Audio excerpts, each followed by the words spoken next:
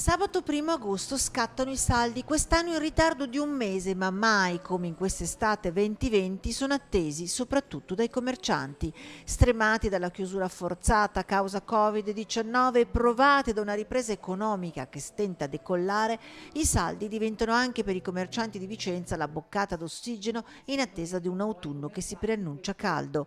Saldi che sono stati preceduti da promozioni e svendite che non mancano di far discutere. Li stiamo aspettando un po' tutti i commercianti, che magari arriverà finalmente un po' di movimento anche sul corso, nonostante che, come potete vedere, ormai le promozioni ci sono da qualche giorno.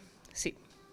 Anche da oggi, infatti, da noi la clientela che entrerà in negozio acquisterà già con 50% di sconto. Siamo qua ad aspettare tutte le nostre clienti a braccia aperte e siamo molto positive in quanto abbiamo già mandato dei messaggini tempo addietro e le clienti li hanno accolti molto bene. Sì, sono molto attesi, solo che però magari se si aspettava ancora un pochino era meglio.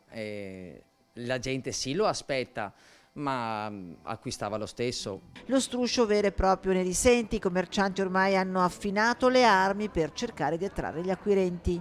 Ho già i miei negozi e sono già stata, perché ci telefonano prima, ci mandano il messaggino, ecco che allora si comincia un po' prima. Il saldo attrae relativamente i vicentini che però si dicono pronti a far girare l'economia. Visto l'annata come è andata e con i mesi, insomma, con quello che c'è stato, penso che stiano aspettando.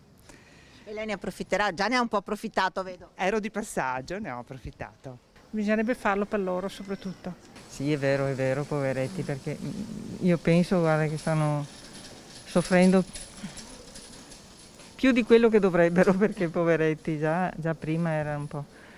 Comunque. Diamo una mano all'economia? Ma sì.